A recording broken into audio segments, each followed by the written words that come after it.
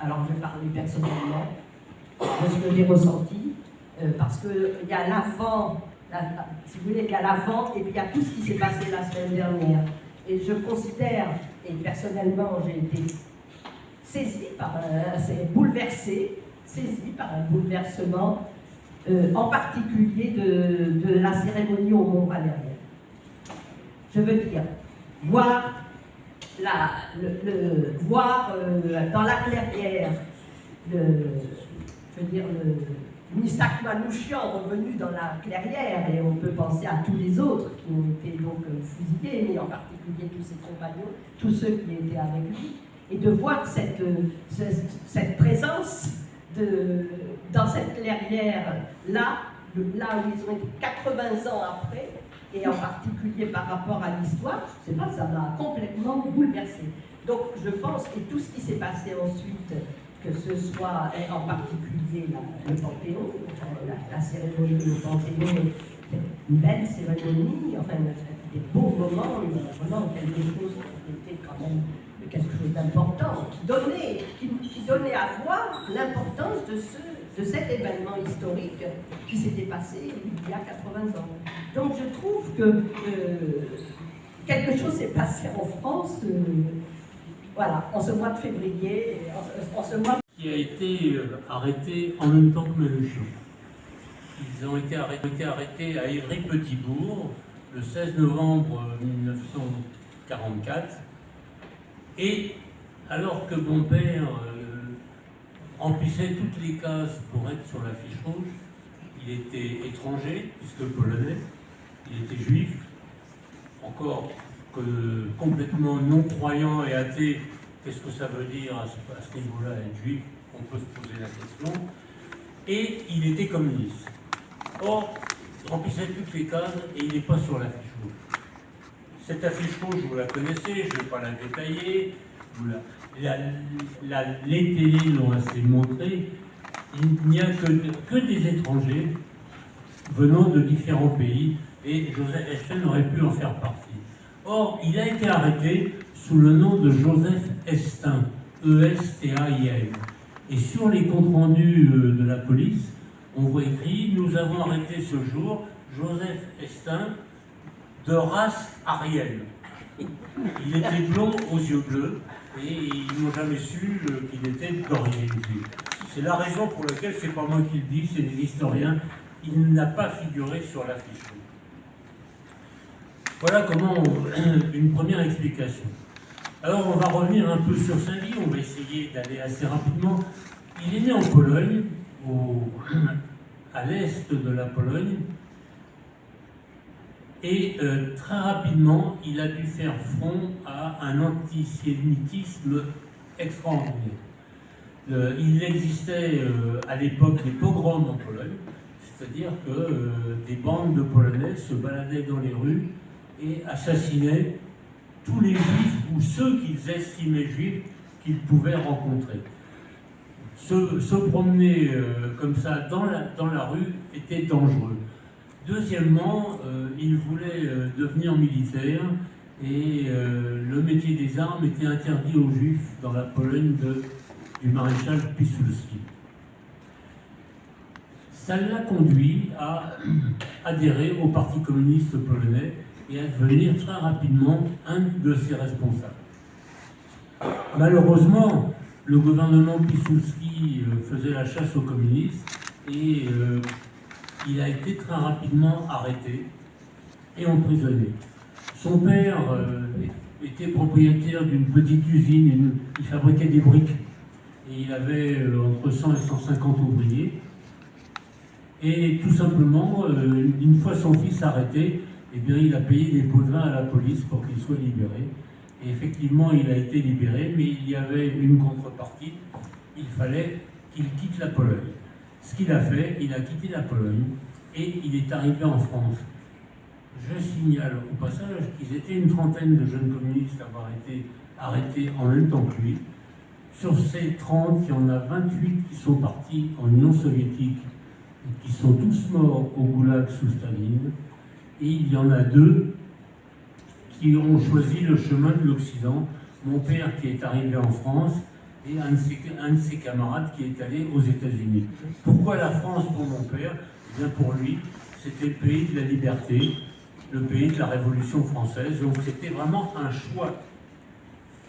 Il arrive en France et il va s'installer à Tours, parce qu'il y avait à Tours une communauté polonaise immigrée, alors une communauté de travailleurs saisonniers.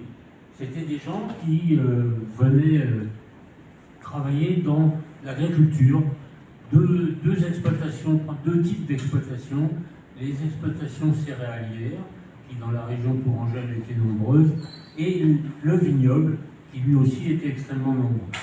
Mais ces ouvriers étaient extrêmement exploités, ça ne vous étonne pas, il n'y a pas de changement par rapport à aujourd'hui. Ces ouvriers étaient extrêmement exploités, mauvais logement, bas salaire et mauvaise nourriture. Ce qui conduit mon père à essayer, ou même plus qu'essayer, à les organiser pour lutter contre les gros propriétaires terriens qui les exploitaient. L'ambassade de Pologne en France, ça lui a énormément déplu et elle a demandé à la police française d'expulser mon père de Tours. Il a été contraint de quitter Tours avec sa compagne, puisque déjà il avait rencontré ma mère, qui était aussi une immigrée polonaise et qui avait fui la Pologne pour les mêmes raisons, militante communiste d'origine juive, qui voulait devenir pharmacienne. Et à l'époque, j'insiste toujours sur le mot à l'époque, pour se remettre dans le moment, eh bien, les études de pharmacie étaient interdites aux juifs en Pologne. Et ils se sont rencontrés à Tours et ils se sont mis en ménage.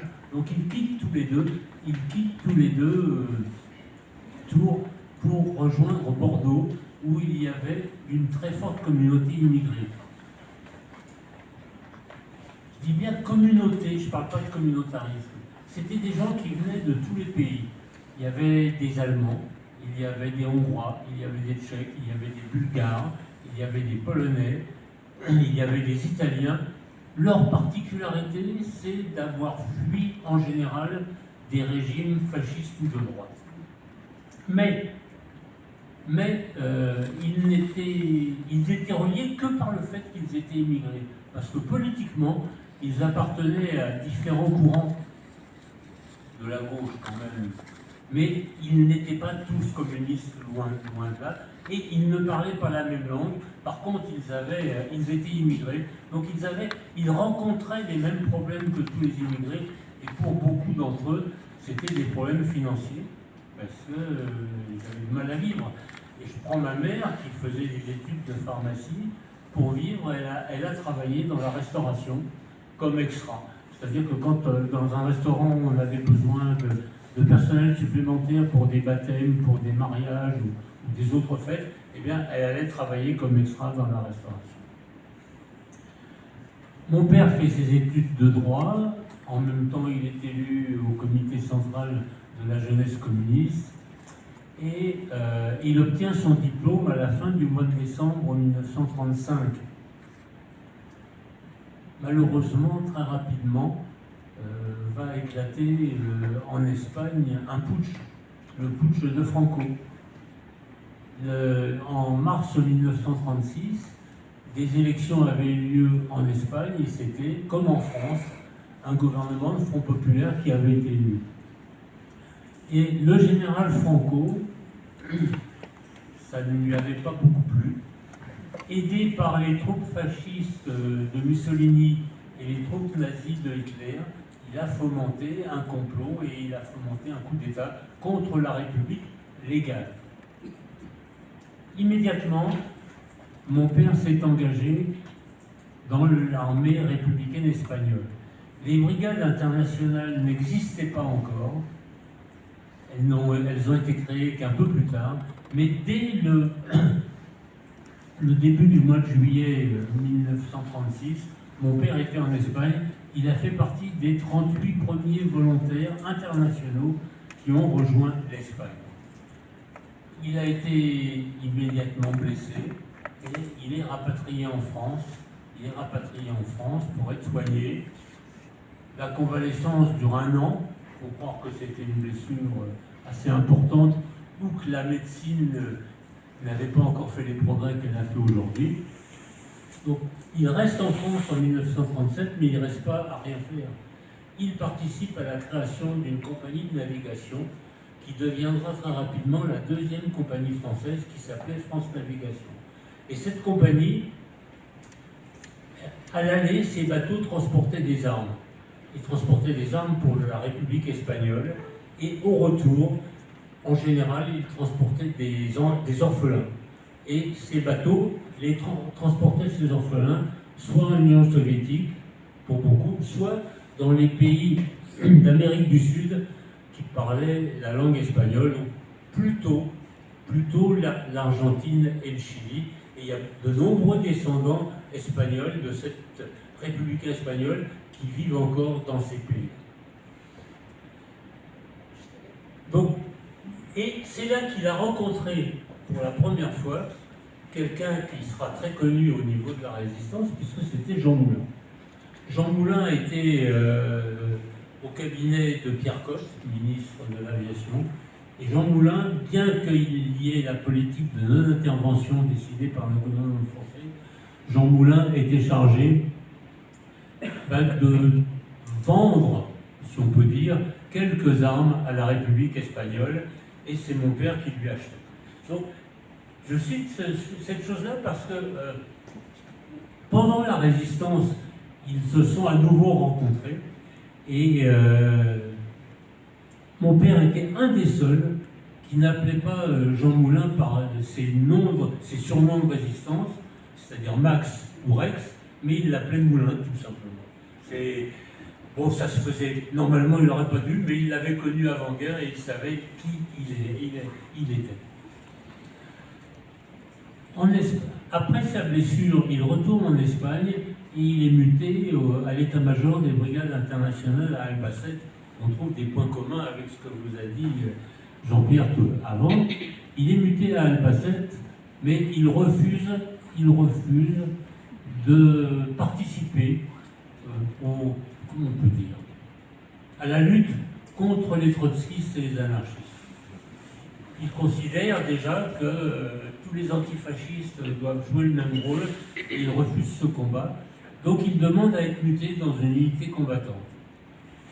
Et il est muté dans la batterie d'artillerie Anna Poker, qui appartient au bataillon Dimitrov, comme lieutenant, puisque je vous ai dit qu'il avait voulu faire des études pour devenir militaire, mais qu'il n'avait pas eu le droit employé, eh bien il les avait fait tout seul.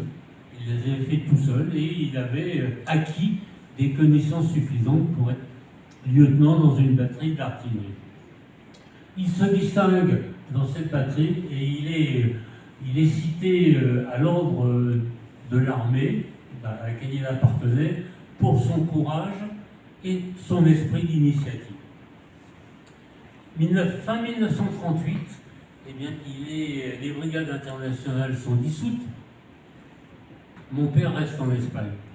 Il deviendra ce qu'on appelle un guérilleros, c'est-à-dire il va combattre sur les arrières des troupes du général Franco.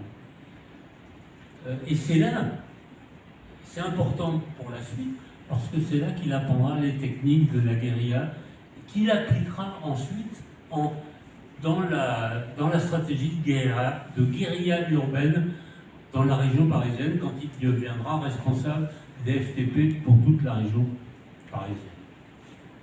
Malheureusement, comme vous le savez, la République espagnole est vaincue et en avril-mai, je crois que c'est fin avril 1939, il rentre en France au sein de ce qu'on a appelé la retirada, c'est-à-dire en gros les 500 000 républicains espagnols qui ont fui le régime de Franco et qui sont arrivés en France. Ces républicains espagnols ont été très bien accueillis, si l'on peut dire, par le régime français, puisqu'ils ont été internés dans des camps. Et mon père est arrivé il était interné à Argelès. Et le camp d'Argelès, c'était quoi? Eh bien, le camp d'Argelès, c'était des barbelés le long de la plage, pas d'abri pour dormir, pas de sanitaire, rien. et y compris pour ceux d'entre vous qui connaissent cette région de la Méditerranée, il y a énormément de vent. Et ils ont creusé, les hommes étaient obligés de creuser à la main des trous dans le sable, qui est un sable très granuleux à Argelès, des trous dans le sable pour s'abriter du vent et pour dormir. Un peu après, il est emmené à Saint-Cyprien, petite ville balnéaire, pareil, pas très loin d'Argelès. Il y a un progrès, ils ont des toiles de tente pour s'abriter. Et enfin, au bout d'une quinzaine de jours encore, ils sont internés à Gurs. Gurs, c'est un camp en dur. J'ai rencontré des anciens internés de Gurs qui m'ont dit « Georges, tu ne peux pas savoir, quand nous sommes arrivés à Gurs, nous étions au paradis. » Si j'avais une photo de Gurs, je pourrais vous le montrer. C'est des baraquements avec des lits en bois qui sont faits de briques et de broc. Les matelas sont en paille, les vêtements sont suspendus au plafond et on mange dans des gamelles assis sur son lit. Il n'y a pas de réfectoire, rien. Bon, et ben pour eux c'était le paradis parce que entre Argelès, où on n'avait même pas d'abri, et Gurs, c'était extraordinaire. Il en est libéré à Gurs à la fin du mois de juillet 1939. Et il en est libéré, le détail a son importance, sur intervention conjointe de 2 personnes, que rien ne pouvait rassembler. L'archevêque de Bordeaux, donc la plus grosse autorité catholique de la région, et le maire communiste de Vieux-Coucou. Simplement parce que mon père, bien qu'il soit communiste, avait des amis et des amitiés très fortes dans toutes les différentes croyances et dans les différentes couches de la population. Et ça, on le retrouvera encore au sein de la résistance, puisqu'il a ouvert les FTP à d'autres combattants que les communistes. Il est libéré au début du mois d'août, et je pense que vous le savez, éclate le 2 septembre 1939, un événement que tout le monde connaît, c'est la Deuxième Guerre mondiale. Il est polonais. Donc il s'engage immédiatement dans l'armée française en espérant être muté dans la Légion étrangère qui, à l'époque, était considérée comme une légion rouge parce que de très nombreux républicains espagnols s'étaient engagés dans la Légion étrangère et c'est pas la Légion étrangère d'aujourd'hui. Malheureusement, il est placé dans ce régiment polonais qui est basé à Saint-Cyr-Coëtquidan. C'est les hasards de l'histoire, puisque Saint-Cyr-Coëtquidan, c'est aujourd'hui la ville où sont formés tous les officiers de l'armée française. Donc, qui ne sortent pas de Saint-Cyr. Donc, il est à Saint-Cyr-Coëtquidan et il trouve un encadrement polonais fortement antisémite. Par exemple, un des officiers a dit à un des soldats, la seule chose qu'ont fait bien les Allemands, c'est qu'ils ont commencé à exterminer les Juifs. Et un autre lui a dit à un autre soldat, si en Pologne j'avais un fusil, quand nous retournerons en Pologne, je te descendrai avec ce fusil. Voilà, ce sont des exemples. Ce sont des exemples. Ça n'a pas plu du tout aux soldats comme mon père juif polonais. Et mon père a organisé une révolte de soldats. Ils sont sortis de la caserne de Saint-Cyr et ils sont allés en plein centre du petit village de Saint-Cyr. Et là, ils se sont déshabillés, complètement à poil. Pas de sous-vêtements, rien. Complètement à poil, ils étaient 150 environ, et ils ont commencé à ameuter la population. Les responsables du régiment les ont menacés du tribunal de guerre pour désertion devant l'ennemi, ce qui veut dire tout simplement la peine de mort. Et ils ont tenu toute la journée en hurlant pour que la population vienne les soutenir, et il y avait de plus en plus de monde. Et à la fin de la journée, l'encadrement du régiment polonais a cédé, Et on leur a promis qu'ils iraient à la Légion étrangère. Ils se sont rhabillés et ils sont rentrés en rang pour bien montrer qu'ils n'étaient pas des rebelles et que ce qu'ils voulaient, c'était réellement se battre dans la Légion étrangère. Et ils ont été mutés dans la Légion étrangère. Bien sûr, en général, ils avaient fait l'Espagne, beaucoup avaient fait l'Espagne, donc ils savaient se battre, et ils ont été engagés dans des combats extrêmement durs contre les troupes allemandes pendant la campagne éclair de Hitler, et ils ont eu des pertes nettement plus importantes que l'armée française en général, puisque les pertes entre les morts et les blessés ont avoisiné les 50% des effectifs, alors que dans l'armée française en général, les pertes, je dis bien morts et blessés, avoisinaient plutôt les 20%. Vous connaissez la suite de l'histoire, c'est la défaite de l'armée française, et mon père, comme les autres, est fait prisonnier, et il est emmené dans un stalag au nord de l'Allemagne, du côté de Leipzig. Il a une particularité que malheureusement, dont j'aurais bien voulu hériter. Il parle à la perfection un certain nombre de langues. Il est né en Russie, puisque à l'époque, la ville où il est né était russe en 1911. Elle est devenue polonaise en 1918 au traité de Brest-Litovsk. Donc il parle le russe à la perfection. Comme il est polonais depuis 1918, il parle le polonais à la perfection.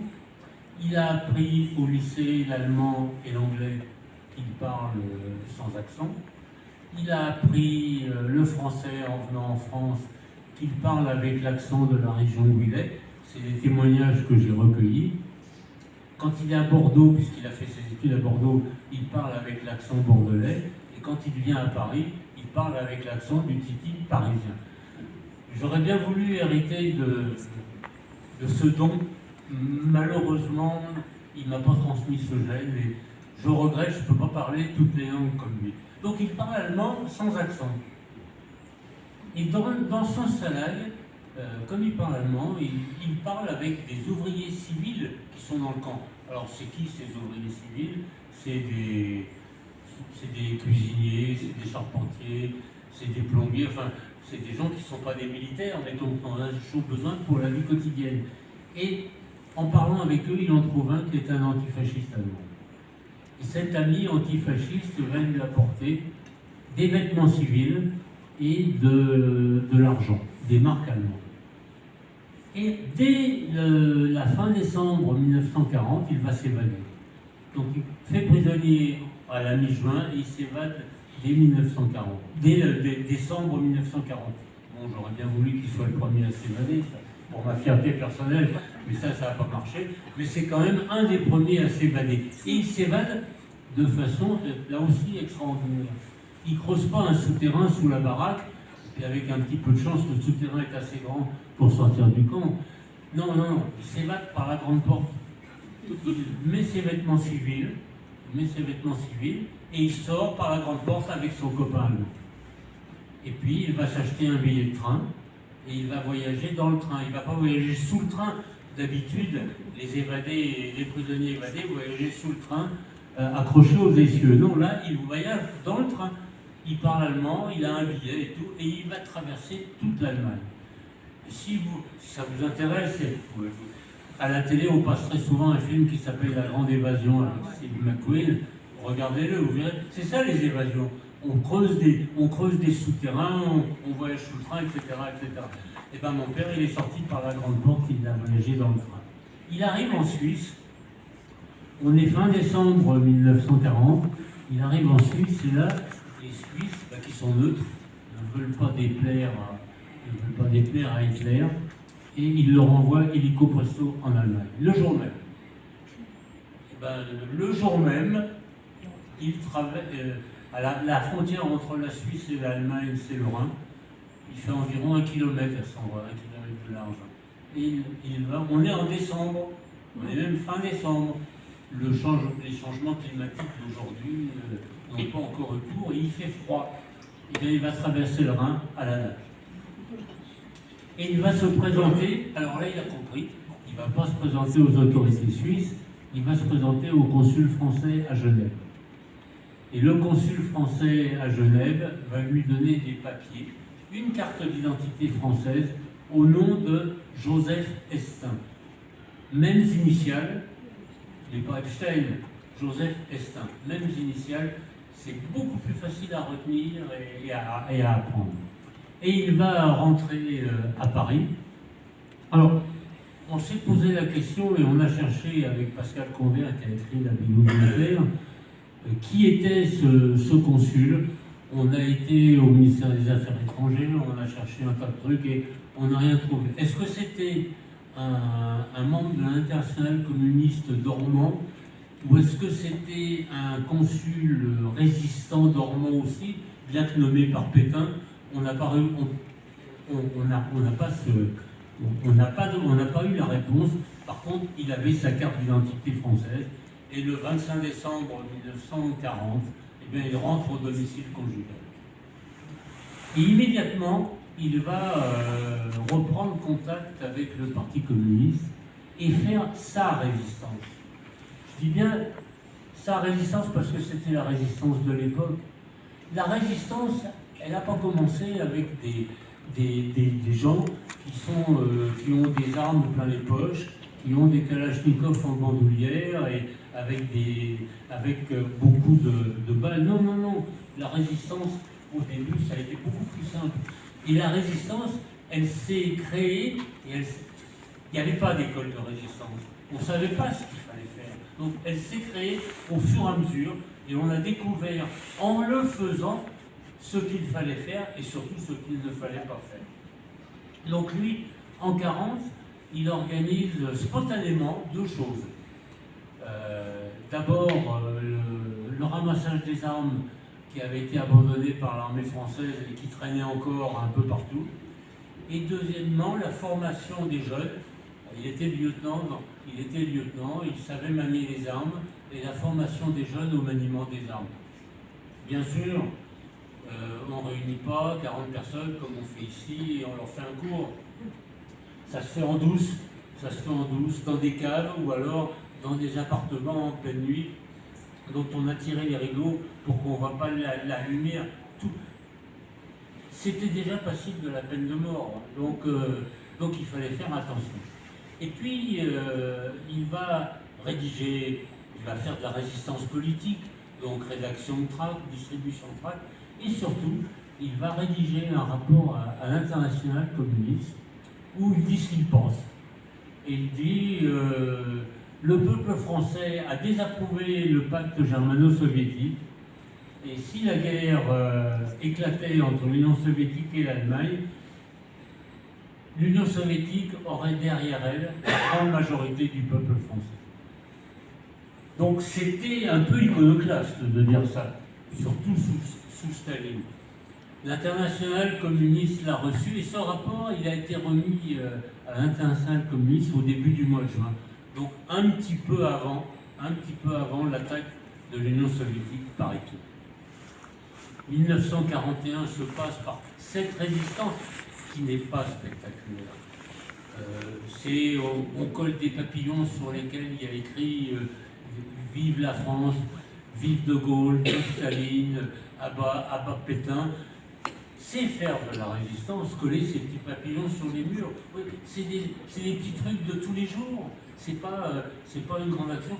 N'oubliez pas que le premier soldat qui fut un officier, le premier soldat allemand abattu, l'a été à la fin du mois d'août 1941. C'est un officier de marine qui a été abattu par Pierre Georges, qui deviendra le colonel Fabien, au métro Barbès-Rochechouart. C'est fin août 1941. La défaite, c'est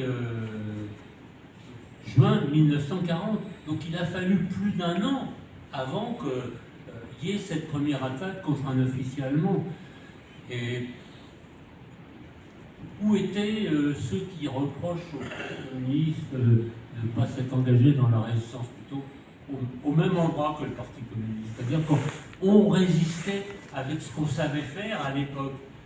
C'était pas le combat armé, il est venu bien plus tard, et les maquis, j'anticipe un peu, mais les maquis qui se sont développés, qui sont une des originalités de la France, les maquis se sont surtout développés à partir de février 1943.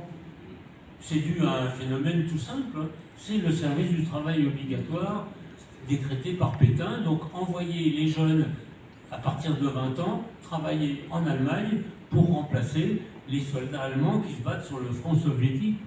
Donc c'est à partir de ce moment-là que les maquis se sont développés. Voilà, il faut remettre les choses à leur place. Donc, fin 41, je dis résistance politique et commencer à former les jeunes à utiliser les armes. 1942, il est nommé responsable des groupes de sabotage qui travaillent, c'est un groupe de sabotage syndicaux qui travaillent dans les usines qui fabriquent pour l'Allemagne. Je vais vous citer 2 exemples de sabotage, là encore. Ne vous attendez pas à James Bond, donc les usines qui explosent et des trucs extraordinaires, non. C'est la vie de tous les jours. Et saboter, c'était la vie de tous les jours. Par exemple, chez Renault, on fabriquait, puisque le patron, Louis Renault, collaborait avec les Allemands. D'ailleurs, Renault est la seule usine d'automobile qui a été nationalisée à la Libération. Peugeot, Citroën, Simca, Panhard, tout ça sont restés privés. Non, on a nationalisé Renault parce que le patron avait collaboré. Donc, le gars de chez Renault arrivait, le résistant, arrivait un matin avec un petit peu de sable dans sa poche. C'est rien du sable. Par contre, c'est de la silice et c'est très dur. Et ce monsieur, qui fabriquait par exemple des roulements à billes, il mettait un petit peu de sable dans les roulements à billes.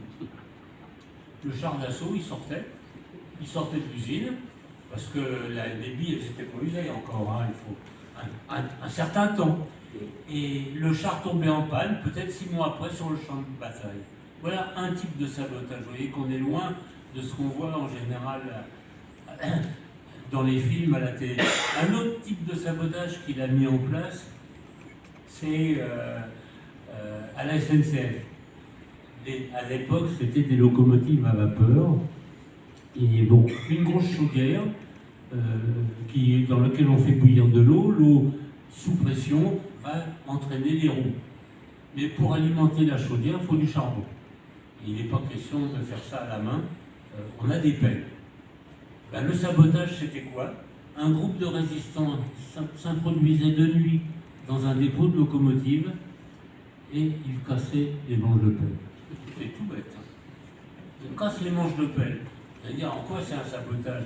Le matin, quand les cheminots arrivent pour mettre les locomotives en chauffe, il n'y a plus de pelle. Et on ne fait pas ça à la main. Donc, vous allez me dire, mais on va à la boutique du coin, on va acheter des pelles. Non, on est en 1942. Le roi Merlin et autres jardineries n'existent pas. Et il y a la petite quincaillerie du coin. Et dans la petite quincaillerie du coin, il y a peut-être une pelle, mais c'est même pas sûr. C'est même pas sûr. Donc, pendant 10 à 15 jours, ce qui est important, les transports de troupes, ils ne roulent plus. Les transports d'armes ne roulent plus. Et surtout les transports de nourriture pour nourrir les soldats, ils ne roulent plus. C'est une forme de sabotage, elle est originale, mais ça a été comme ça les débuts de la résistance. Ça a été tout à fait comme ça. Et puis, mon père, je pense qu'il a séduit un petit peu les responsables politiques des FTP, et en février 1943, il est nommé responsable militaire de la résistance dans la grande région parisienne. Et à ce titre, il est le chef de Manouchian.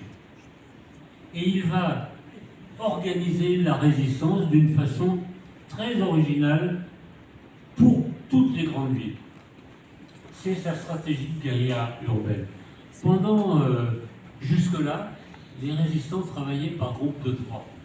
Quand on attaquait une cible allemande, il y avait un homme qui avait une grenade et qui l'a balancée sur la cible, une troupe qui défile, un garage, une auto, enfin peu importe n'importe quelle cible, et il l'a balancé sur cette cible, et il avait avec lui 2 hommes armés de revolvers, et dès que la grenade était lancée, eh bien les 3 partaient en courant. Et j'ai rencontré un vieux résistant, il est encore vivant.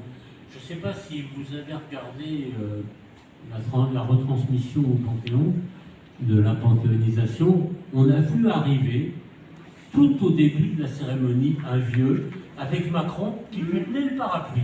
Et bien c'est ce monsieur, il s'appelle Léon Landini, il est toujours vivant, et il était résistant à Villeurbanne. Et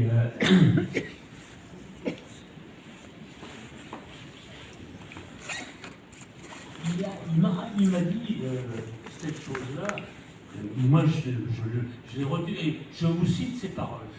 Tu sais, Georges, ton père, je ne l'ai pas connu. Moi, j'étais résistant à Villeurbanne, et lui, il était résistant à Paris. Mais nos chefs à Villeurbanne, c'était le groupe Carmagnole Liberté. Nos chefs à Villeurbanne nous ont fait utiliser sa stratégie de guérilla urbaine. Eh bien, grâce à ça, je suis en vie. Donc, et je vous assure que ce sont ces paroles, je lui dois une reconnaissance éternelle, parce que si je suis vivant, c'est grâce à lui. Voilà, alors, quelle était cette stratégie de guérilla urbaine? C'est d'engager entre 15 à 20 personnes. 15 à 20 personnes, ce qui veut dire bien plus combattants, ce qui veut dire encore plus que ça. Parce que les armes, on se balade pas avec la grenade ou le revolver dans la poche. Ce sont des agents de liaison, en général des femmes, qui les apportent. Et qui les apportent au dernier moment. Et par prudence, au début, elles en apportaient plusieurs, mais ils se sont rendus compte que très rapidement, si elles se faisaient arrêter, l'opération était foutue. Donc les femmes n'apportaient plus qu'une seule arme. Donc s'il fallait amener 20 armes pour 20 combattants, il fallait 20 femmes. Ça fait déjà 40. Et puis les armes, il faut les récupérer une fois l'opération accomplie. Et par prudence aussi, là aussi, ce n'étaient pas les mêmes qui remportaient les armes. Il n'était pas question de rester sur place. Donc à nouveau 20 femmes. On est déjà à 60. Plus celles qui préparent les opérations en faisant les repérages. Plus tout le service médical, etc., etc. On arrive à près d'une centaine de personnes. Donc 3 personnes vont jeter les grenades et à environ 50 mètres, il y a 3 résistants armés de revolvers qui sont là en protection. Et puis à 50 mètres plus loin, il y a à nouveau 3 jeunes armés de revolvers. Je dis des jeunes parce qu'en général ils étaient assez jeunes. Mon père est mort, il avait 33 ans. J'en ai 82 aujourd'hui. Vous voyez, pour moi c'est un gamin. Mais, donc comme ça, il y avait des échelons de protection tous les 50 mètres. Je dis 50, ça peut être 40, hein, c'est un ordre de grandeur. Les résistants repartaient non pas en courant, mais ils repartaient en marchant tranquillement. Et j'ai vu un compte-rendu d'une opération qui a eu lieu avenue de la Grande Armée. C'est la première opération qui a eu lieu. Elle a eu lieu avenue de la Grande Armée. Ils se sont attaqués à une troupe qui défilait. Ils ont jeté, les 3 grenadiers ont jeté leurs grenades et puis ils sont partis en marchant. Et j'ai vu le compte-rendu vu du côté allemand.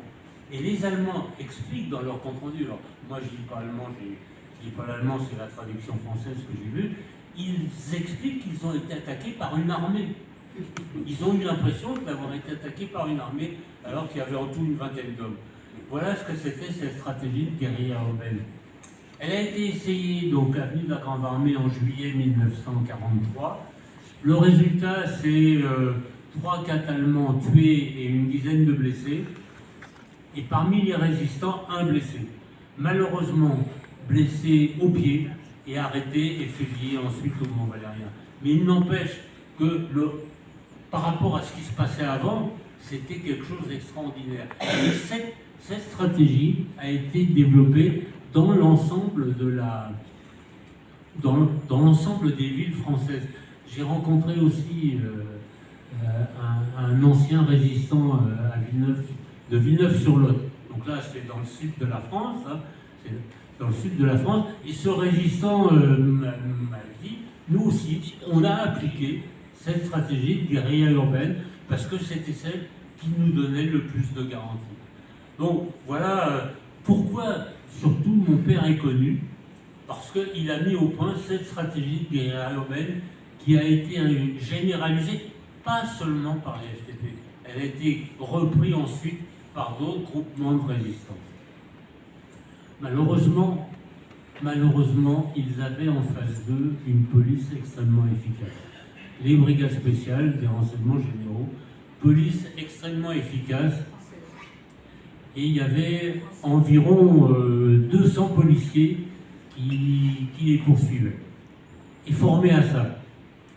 Et ils utilisaient les techniques de filature. Quand on repérait quelqu'un, surtout on ne l'arrêtait pas. On le suivait,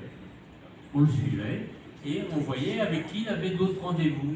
Et quand comme ça, on en rencontrait un autre, et on suivait le deuxième, etc., etc. Et ils ont tissé une toile d'araignée, et ils ont comme ça repéré les résistants. Alors, les brigades spéciales de Paris parce qu'il y avait des brigades spéciales aussi en province, les brigades spéciales de Paris sont connues pour 3 filatures.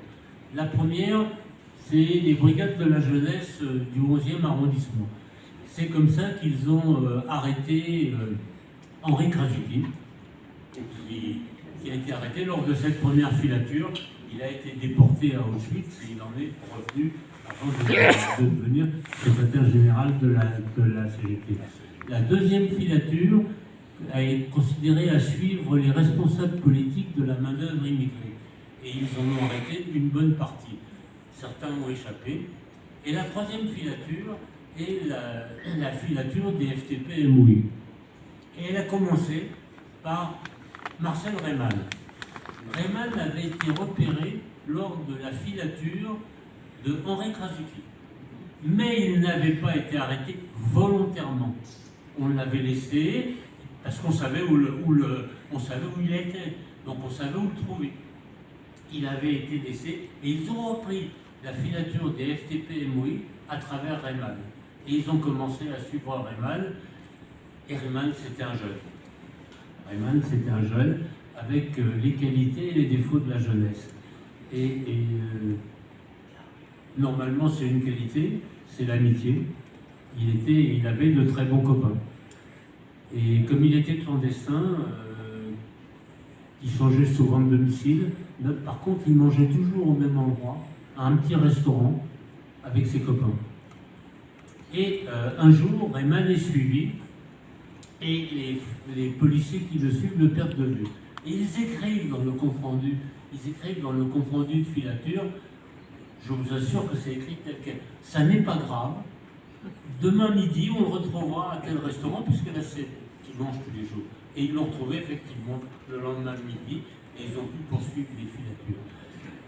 Et quand on regarde cet organigramme de filature, on se rend compte que la résistance, c'est pas un jeu. C'est pas un jeu, il faut faire attention à tout. Botchov, qui était sur l'affiche rouge et qui a été fusillé avec Manouchian, Botchov, on voit qu'il a autour de lui 25 ou 30 liaisons, je ne sais pas combien, mais c'est énorme. Ce qui veut dire que quand Botchov est repéré, eh bien, il y a 25 ou 30 personnes qui sont repérées dans les jours qui suivent. Donc, c'était des choses à ne pas faire. Reymann, il en a une dizaine, c'est déjà trop. Manouchian, il en a 3. C'était la limite normale. Et mon père, eh bien, mon père, je pense qu'il avait pris des cours de clandestinité. Je ne sais pas où, hein. Je dis ça en plaisantant, je ne sais pas où, mais il a été repéré une fois, une seule, et il a cassé la filature. Il a été repéré dans un petit village de Seine-et-Oise à l'époque qui s'appelait Mériel.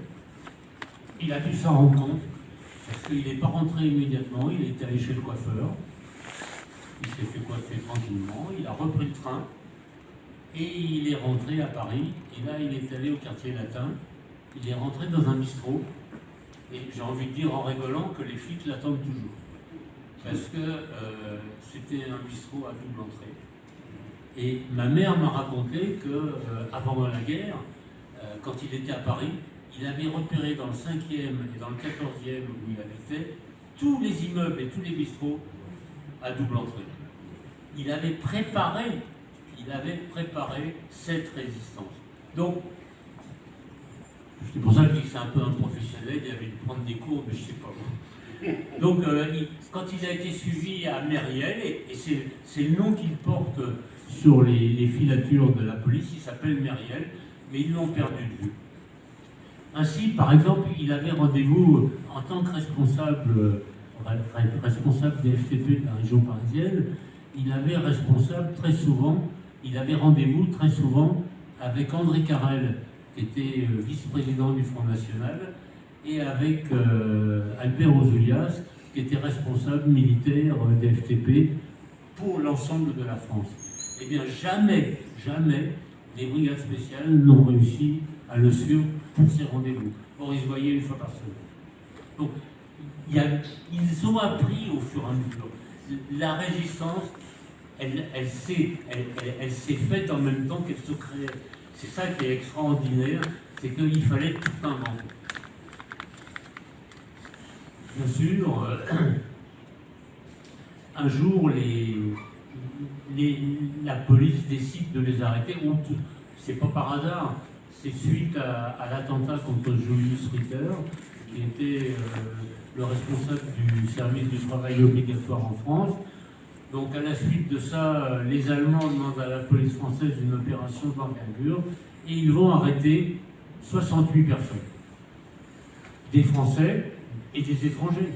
Il n'y a pas que la MOI, il y a 68 personnes qui sont arrêtées en même temps. Et les étrangers, le groupe MOI, ils vont les juger dans un procès et les exécuter le 21 février 1944. Mon père, comme je vous l'ai dit, est arrêté sous un nom français, Joseph Estin.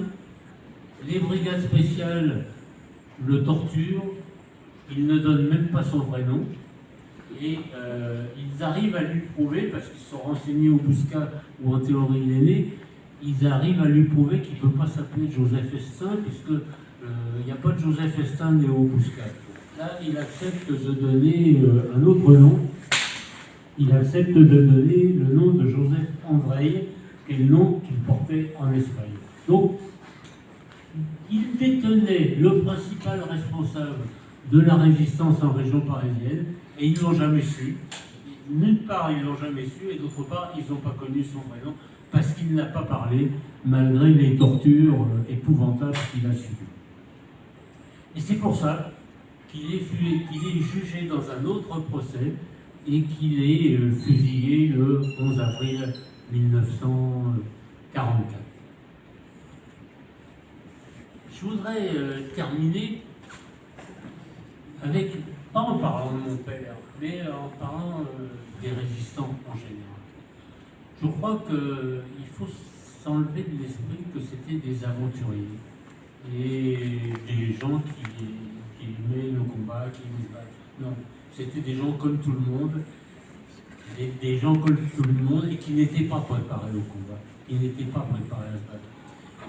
Léon Landini, dont je vous ai déjà parlé, il m'a dit aussi, tu sais Georges, en tant que résistant, il avait 16 ans à l'époque. En tant que résistant, j'étais amené à tuer des Allemands. Eh bien aujourd'hui, il me disait ça, il en avait 85. Aujourd'hui, j'ai 85 ans et je fais encore des cauchemars en repensant à ça. Parce que ce que j'ai fait, c'est pas une action humaine. On ne tue pas des hommes impunément. Et il dit, mais je recommencerai, hein. Mais il n'empêche que ça m'a marqué à vie. Et c'est extrêmement important. Donc ce n'était pas des aventuriers. Et ils ont eu l'intelligence. Ils ont eu l'intelligence de se réunir ensemble sous l'égide de Jean Moulin. Et petite parenthèse, mon père a participé aux négociations, au titre du PC, aux négociations pour l'entrée du PC dans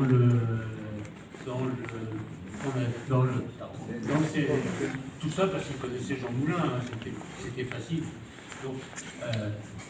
Donc ce CNR, il a adopté un programme, le programme qu'il voulait pour la France de demain, les jours heureux, un titre merveilleux.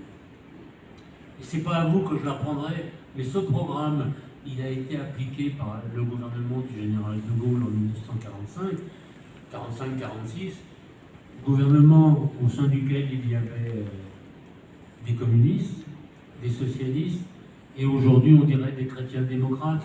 À l'époque ça s'appelait le MRP, Mouvement Républicain Populaire. Et qu'est-ce qu'ils ont fait? Qu'est-ce qu'a fait ce gouvernement de Gaulle? Eh bien, il a mis en place la sécurité sociale, par exemple.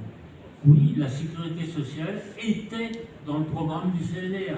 Elle a été mise en place après-guerre. Elle est attaquée aujourd'hui, mais elle existe toujours. La retraite par répartition, c'est pareil. C'était dans le programme du CNR et ça a été mis en place par De Gaulle. Les comités d'entreprise, ils étaient dans le programme du CNR, ils ont été mis en place par De Gaulle. Il y a un truc aussi qui a été mis en place, mais qui a très mal marché, c'est l'indépendance de la presse par rapport aux puissances d'argent. Ça, on ne peut pas dire que ça soit une réussite. Mais bon, c'est dans la loi et c'est issu du programme du CNR. Donc voilà. Moi, je crois que les résistants se battaient pour des valeurs universelles. Liberté, progrès social, démocratie, et surtout pour moi, c'est le plus important, lutte contre tous les racismes. J'insiste sur le mot tous les racismes. L'antisémitisme, bien sûr, mais le racisme contre les Noirs, le racisme contre les Arabes. J'ai presque envie de dire que les Arabes aujourd'hui, ils ont remplacé les Juifs du côté du racisme. Le racisme contre les gens d'origine asiatique, le racisme contre les Tziganes qui étaient exterminés dans les camps de concentration au même titre que les Juifs. Et puis, je le rajoute, mais c'était moins évident à l'époque, mais enfin, quand même, le racisme contre ceux qui ont une orientation différente de la majorité. Les homosexuels, ils étaient exterminés dans les camps de concentration, il ne faut pas l'oublier. Donc, c'est ça aussi la résistance, c'est ce combat politique extrêmement important.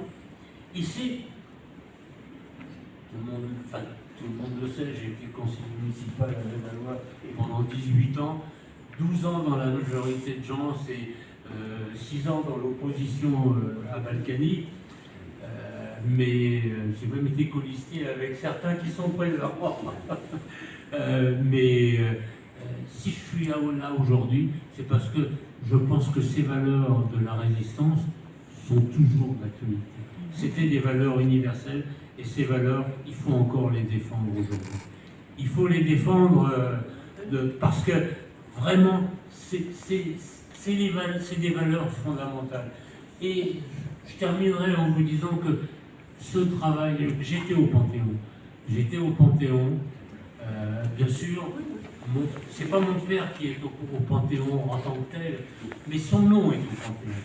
Et pour moi, c'est pareil.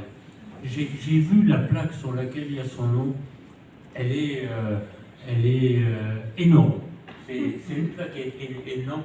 Et pour moi, c'est comme s'il était rentré au Panthéon. D'ailleurs, Macron l'a dit dans son discours. Emmanuel Macron, soyons polis. Emmanuel Macron l'a dit dans son discours. Ils rentrent tous au Panthéon. Et pour finir, je vais vous raconter une petite anecdote. C'est à la fin de son discours, il est venu saluer les familles des fusillés. J'étais au premier rang. Et je voulais le remercier. Parce que, pour moi, le fait que le nom de mon père soit au Panthéon, c'est une reconnaissance de la France, son pays d'adoption. Il l'avait choisi. Et j'ai commencé à le remercier. Et là, l'émotion m'a emporté. Je n'ai pas pu me retenir, je me suis mis à pleurer. Et j'ai cette image encore en tête. Emmanuel Macron m'attrape le bras et commence à me consoler. Je trouve ça assez extraordinaire. Et il y avait un deuxième homme à côté de moi. C'était quelque chose de... Il y avait Fabien Roussel à côté de moi. Et lui, il a fait la même chose. Donc, ces deux hommes, que rien ne rapproche normalement, ont fait le même geste, essayer de me consoler, parce que il y avait de l'émotion, mais il y avait aussi de la fierté. Voilà ce que je voulais vous dire. Ah, non, j'ai oublié un truc. J'ai oublié un truc, et ça, pour moi, c'est important. J'ai reçu une dernière lettre. J'ai reçu une dernière lettre que mon père m'a écrite 3 heures avant de mourir. Mon petit microbe, c'est comme ça qu'il m'appelait, mon petit microbe, je t'écris cette lettre 3 heures avant d'être exécuté par les troupes allemandes. Il me dit, entre autres, je tomberai pour ton bonheur et le bonheur de tous les enfants et de toutes les mamans. Première chose, donc le sens de son combat. Il ne se bat pas que pour lui, hein, il se bat pour tout le monde. Et puis il finit sa lettre dans la marge, parce qu'il n'y a plus de place, elle est écrite recto verso, elle est écrite recto verso, il n'y a plus de place. Et dans la marge, il met le sens de son combat. C'est les derniers mots qu'il écrit. Vive la liberté, vive la France. Je rappelle que c'est lui, le Polonais, qui se battait pour la France. Eh bien, là, ce message, il me l'a laissé, et c'est celui que j'essaye de continuer à défendre aujourd'hui.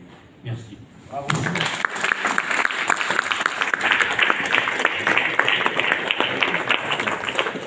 Maintenant, je réponds à toutes les questions. La justice viendra sur nos pas triomphants, ma Mélinée, mon amour, mon orpheline. Et je te dis de vivre et d'avoir un enfant.